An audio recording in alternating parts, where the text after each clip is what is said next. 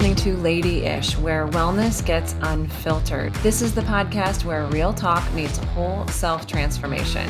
I am your host, Autumn Noble O'Hanlon. I'm a coach, healer, author, and wellness guide, and I have created this unfiltered space for women who want more out of life, but on their own terms. Every week, we will dive into the messy, beautiful, and often contradictory layers of wellness, covering everything from career shifts and body image to energy healing, intuitive living, fitness, burnout recovery, and creating change that actually sticks. Whether you're chasing a new chapter, healing old wounds, or just trying to reconnect with yourself in a loud, overwhelming world, Lady-ish is here to support your evolution. You can expect honest conversations, coaching wisdom, holistic tools, spiritual insights, and permission to be a little bit of everything and nothing that you're not. Because wellness isn't one size fits all, and neither are you.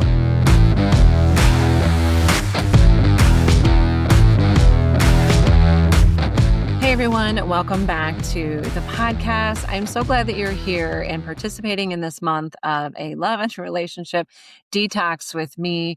These free episodes and my 30-day love and detox journey on the premium side have been really pretty powerful and transformative for me. And so I love that you're joining me on this journey because I know that sometimes February can just bring all of the feels, good and bad. Today, we're talking about how we self-abandon in relationships, and maybe we don't always realize it. Self-abandonment, it doesn't usually feel dramatic. It often feels responsible, reasonable, kind. And that's why it's often so hard to notice. So today we're talking about how many of us, especially women, quietly leave ourselves in relationships without realizing that we're doing it. Let me begin this episode by just getting it out there. I am the queen of self-abandonment when it comes to relationships, at least historically. As I mentioned in the previous podcast, I spent a really big chunk of my life in a very, very unhealthy relationship. And what I learned during that time was that in order for me to be safe, limit the chaos, and keep things as predictable as possible, I had to focus all of my efforts on this person that I was with. And so I let go of a lot of hobbies. I remember at one point, the person that I was with, I was working at a big law firm and I worked crazy hours all of the time, but I was also the primary breadwinner. And when I started trying to go back to the gym after work, he said to me, "How selfish of you to go to the gym instead of coming home and cooking me dinner." And I had a moment where I was like, you know what? He's right. That's so selfish of me. And then one day I was like, fuck that. That is bullshit. And you feel this tug, right? And for me, like that was the line. Like, you're going to tell me that caring for my health and my body is selfish. And you want me to come home and be like Susie Homemaker while I'm paying all the bills? A bridge too far. But the fact of the matter is, I got to that point because I had let go of a lot of things. I had stopped hanging out with a lot of my friends. I had stopped calling a lot of my friends in a lot of ways because I didn't really want to tell them what was happening with me. My primary focus was just trying not to make waves and focusing on this other person. And so I let go of myself a lot. And then when I left that relationship, I really did kind of find myself like unsure who I was. Like, I had abandoned myself so much that I wasn't really sure how to get back to feeling aligned and feeling connected with who I wanted to be in a relationship. And so right out of the gate, I did kind of feel myself like I tried on new hobbies and patterns that matched the person I was with, almost like I was trying on new outfits. Like, I remember kind of shifting my eating habits and my exercise habits and my interests in books I was reading based upon people I was dating. And I think a lot of that comes from the fact that I had abandoned myself for so long. Like, I didn't even know who I was anymore and who I wanted to be. And I met my partner, who is now my husband. I met him really early on in this phase.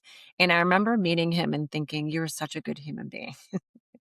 And I'm not good right now. And I think you need to like go away for a little while until I figure my shit out.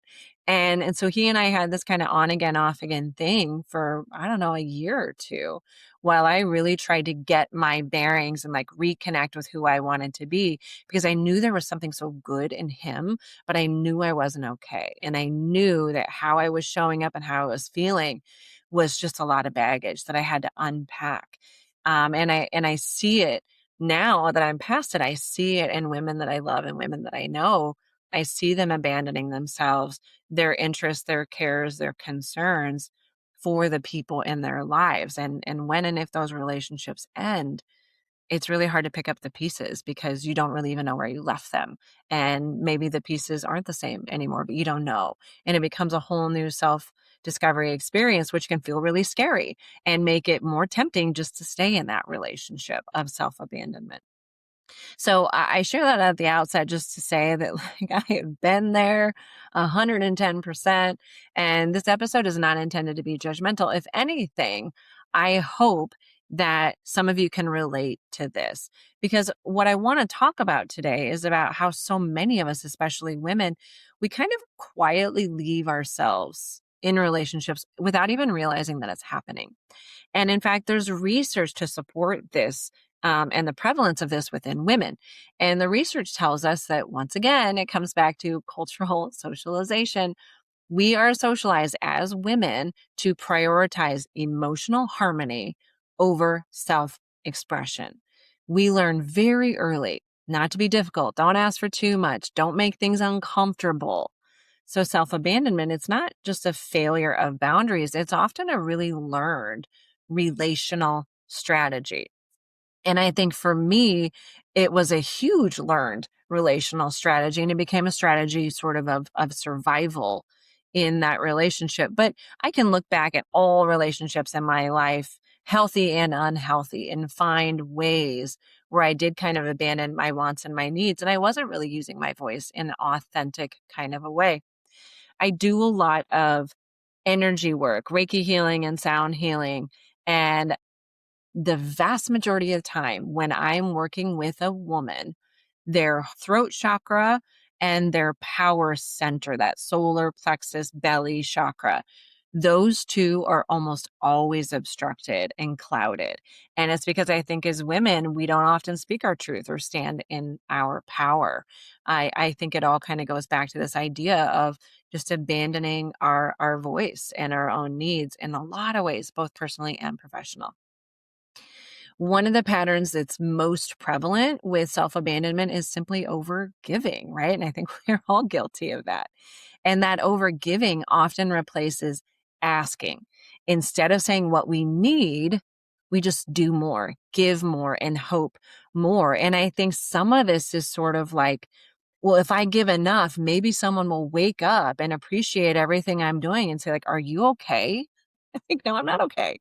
Right. But instead of asking and feeling weak and feeling like we're putting burdens on other people, we just overgive in hopes, I think secretly, at least for me, in hopes that somebody will say, like, oh, you're really stretched thin. Like, are you all right?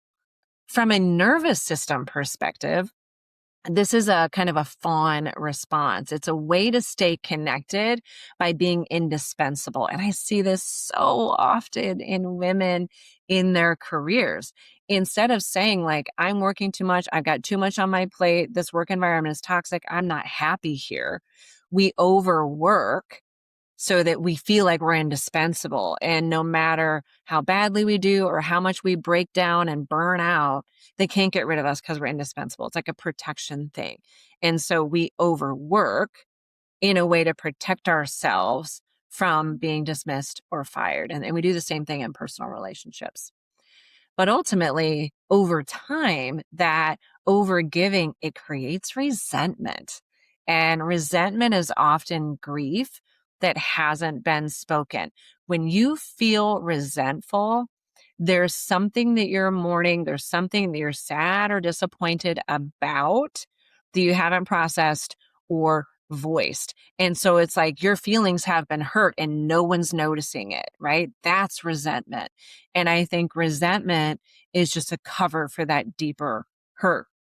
I also, say similarly, like frustration is the sign of an unfulfilled intention. If you're frustrated, it's probably because you're not being authentic, you're not speaking your truth, you're not standing in your power. There's an intention to be that person that does all of those things, but you're not doing it. And that frustration is a sign that there's some intention, deep intention, that you're not living up to. So pay attention to those angry, fiery emotions. They're always a cover for something deeper but more painful. The other pattern is silence for peace. Oh, my favorite.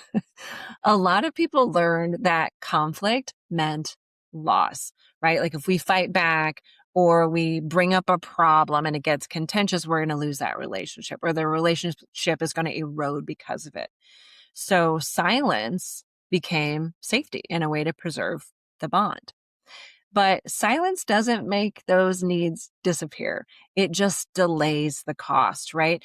Think about, and I used to do this all the time in my past relationship where I didn't feel like I could ever say what was wrong or what was going on with me. When we would have conflict, I would have receipts and weeks and months of things that just really bother me. And I would just bury the other person in them. Because even though I was silent at the time about all of those things, it didn't go away. And that resentment and frustration just grew and exploded. And any of you that have played that game before know how frustrating it is for the other person when you're like, yeah, 2 months ago, like you did do this, that, and the other, and that really hurt my feelings. And they're like, what the hell? Like, why didn't you say something then? And it really muddies the waters from the fight at hand. And so my approach is always this: if you don't care enough about it to say something in the moment, you lose the right to bring it up later. Either stand in your power, stand in your truth and authenticity and say something now, or it's foreclosed. Like, you don't get to bring that up and throw it back at the other person later. That is not fair fighting. Focus on the issue at hand and don't bring all that crap from the past up. But it's because for many of us, we were taught or learned that silence is a way to keep the peace. And it's not. It just delays a bigger explosion. And here's a little piece of research to kind of put the cherry on top. Research has shown that women are more likely to internalize stress rather than externalize it or vocalize it. What this means is we hold it in our bodies. And I always say when we hold stress in our bodies, we become like that tea kettle that's just like boiling on the stove, waiting for one person to like open that latch and we just explode, right? It's sort of like when someone asks you the wrong question and you just lose your mind or you start crying. It's because you've internalized all of that energy and it's just boiling below the surface. It doesn't go away. It builds and we explode. And I will tell you, quite frankly, it shows up in your body. A lot of the trauma that I experienced in that past relationship, I kept a lot of it in. There are things that I've experienced that I've never told anybody about.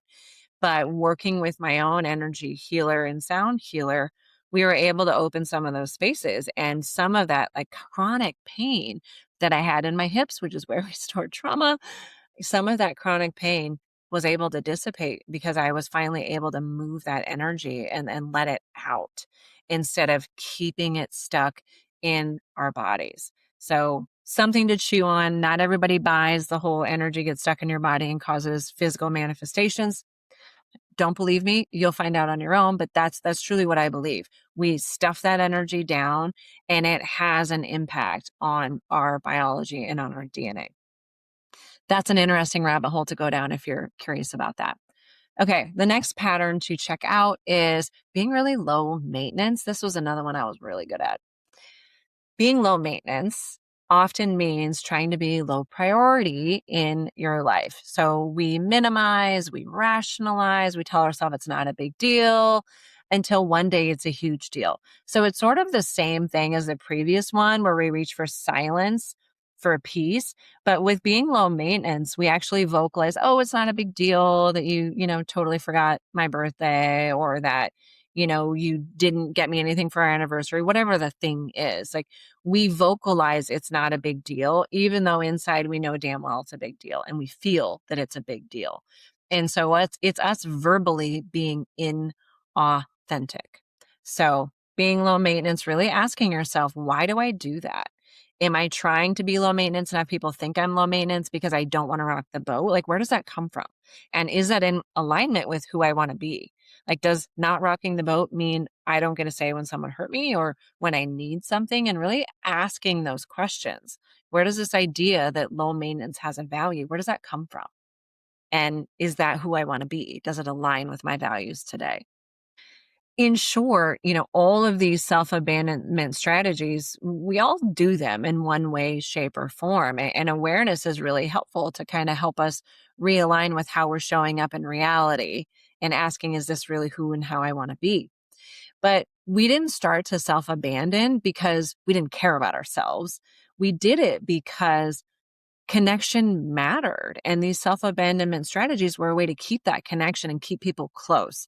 And I think we deserve some compassion for that. I mean, the reason we try to be silent instead of picking a fight is because we care about the person and the relationship. And we don't want to have a problem, right? We don't want to erode the relationship.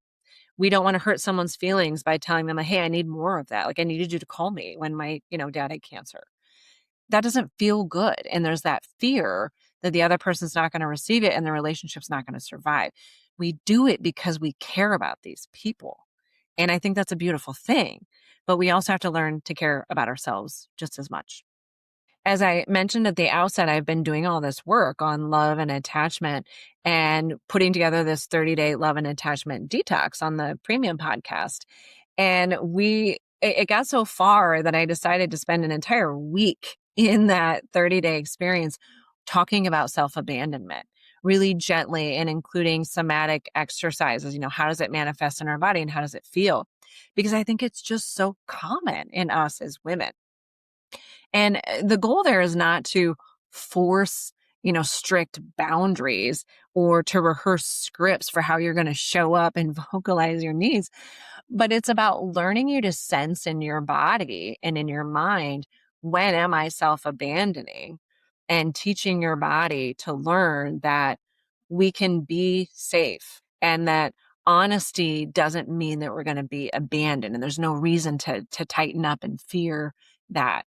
In that series, it's really just a very simple, daily, supportive, and intentionally slow unpacking of those self-abandonment patterns. And again, $5 a month. You can start anytime. Link is in the show notes. For today, my friends, I want you to know that self-loyalty, it does not require confrontation. It doesn't require you to flip a switch and turn into a total jerk, but it begins with just simple presence and connecting with your body, connecting with what you want, because oftentimes we know what we want to say in our bodies. It's just we don't often follow through. And so the more we start being present with ourselves, with our minds, with our bodies, and what we actually want, the easier it's going to be to start practicing less self-abandonment and more authenticity. And you're allowed to practice that. Just one small moment, one small step at a time. And I really hope that this month you will learn a little bit more about your own self-abandonment strategies and maybe make a choice to just show up a little bit differently and use your voice or stand in your power in just a subtly different way and see how that feels in your body, in your mind, and in your heart. All right, my friends, thank you so much for being here today. And thank you so much for sharing with your friends. I know I mentioned during the episode today that I do a lot of energy work and a lot of energy healing. I do those things virtually, so I'll also drop a link in the show notes in the event that's something that you want to schedule and just see maybe what we can release for you as well. All right, my friends, Happy New Year and see you soon.